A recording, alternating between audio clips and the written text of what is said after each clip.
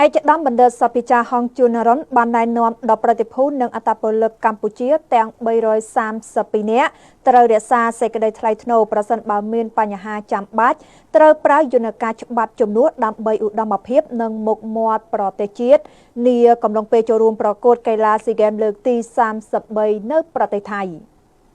ឧបនាយករដ្ឋមន្ត្រីក្រសួងអប់រំយុវជននិងកីឡាឯកឧត្តមបណ្ឌិតសភិចាហងជួនរ៉ុនបានណែនាំដល់ប្រតិភូនិងអត្តពលិកកម្ពុជាទាំង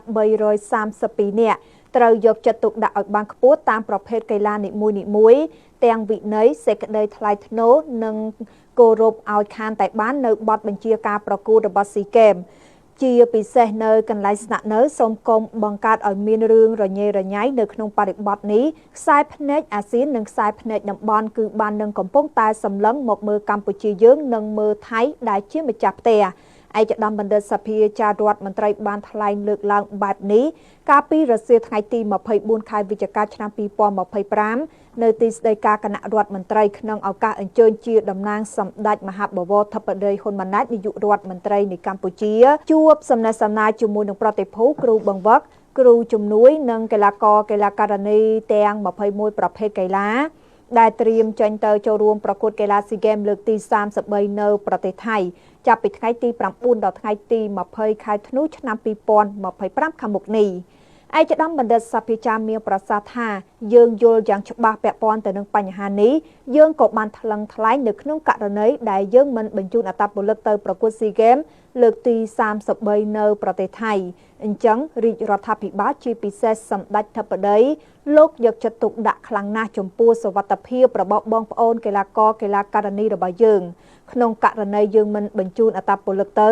មានន័យថាយើងធ្វើពហិការប៉ុន្តែមិនមែនពហិការតែចំពោះថៃម្ចាស់ផ្ទះនោះទេ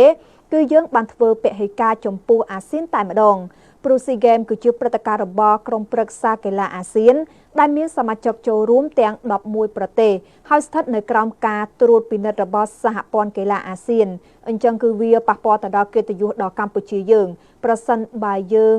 អត់ទៅវានឹងធ្វើឲ្យប៉ះពាល់ធ្ងន់ជាងគឺយើងធ្វើឲ្យប៉ះពាល់ដល់កិត្តិយសអាស៊ានថែមទៀតឯកឧត្តមបណ្ឌិតសភិចាហងជួនរ៉ុនបន្ថែមថាបើយើងមិនចូលរួមគេវាយើងបំបាក់មុខយើងនៅក្នុងអាស៊ានហើយនៅក្នុងនោះប្រទេសម៉ាឡេស៊ីក៏ជាអ្នកដុតដៃដុតជើងនៅក្នុងការចូលរួមសម្របសម្រួលជួយយើងដើម្បីស្វែងរកសន្តិភាពរៀបចំឲ្យមានបទឈប់បាញ់នៅក្នុងសង្គ្រាម5ថ្ងៃរវាងកម្ពុជានិងថៃប្រសិនបើគ្មានការខិតខំប្រឹងប្រែងពីនាយករដ្ឋមន្ត្រីម៉ាឡេស៊ីដែលជាប្រធានបដូវវេនអាស៊ាននិងប្រធានាធិបតីសហរដ្ឋអាមេរិកវានឹងធ្វើឲ្យមានការរងគ្រោះដល់ប្រជាជនយើងថែមទៀតអញ្ចឹងយើងដឹងហើយថាការសម្រេចចិត្តនេះពិបាកតែយើងយល់ឃើញថាម្ចាស់ផ្ទះគឺមានកាតព្វកិច្ចការពារសុវត្ថិភាពដល់ប្រតិភូកីឡាករកីឡាការិនីរបស់យើងបើមានបញ្ហាមកលើកម្ពុជាម្ចាស់ផ្ទះនឹងបាត់មុខចាក់គឺនៅលើឆាកអន្តរជាតិឯកឧត្តមឧបនាយករដ្ឋមន្ត្រីបានបញ្ជាក់ថាគោលការណ៍កីឡាគឺស្ថិតលើពីកម្រិតនយោបាយមានន័យថាចលនាអូឡ িম্প ពិកដើម្បីមិត្តភាពរបស់ប្រជាជនទូទាំងពិភពលោកហើយនៅក្នុងគោលដៅមួយគឺរឹតចំណងសាមគ្គីភាពដូច្នេះប្រតិភូកម្ពុជាទៅចូលរួមប្រកួតលើកនេះបើយើងដណ្ដើមយកមេដាយគឺមានតម្លៃជាងស៊ីហ្គេមមុនដូច្នេះសូមរក្សានៅសេចក្តីថ្លៃថ្នូររបស់យើងនៅក្នុងនាមតំណាងប្រទេសអញ្ចឹងនៅពេលដែលយើងនៅទីនោះមិនមែនស្ថិតនៅក្នុងនាមជាបុគ្គលទេនៅពេលណាដែលយើងមានបញ្ហាកែវភ្នែកទាំងប្រជាជននិងអ្នកសារព័ត៌មាននឹងមើលមកយើងកាន់តែខ្លាំង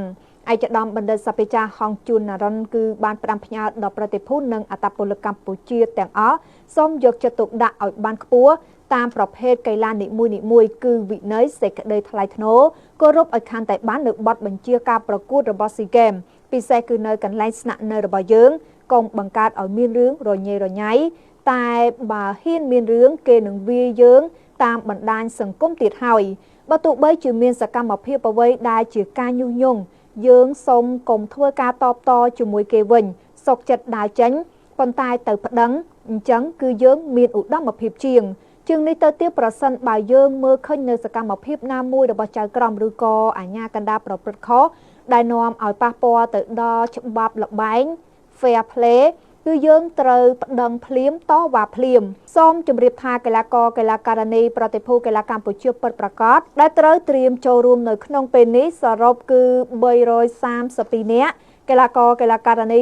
222នាក់គ្រូបង្វឹកគ្រូជំនួយ63នាក់ថ្នាក់ដឹកនាំមន្ត្រីកីឡានិងគ្រូពេទ្យ43នាក់នេះបើយោងទៅតាមរបាយការណ៍របស់ឯកឧត្តមវត្តចម្រើនអគ្គលេខាធិការគណៈកម្មាធិការជាតិអូឡ িম্প ិកកម្ពុជា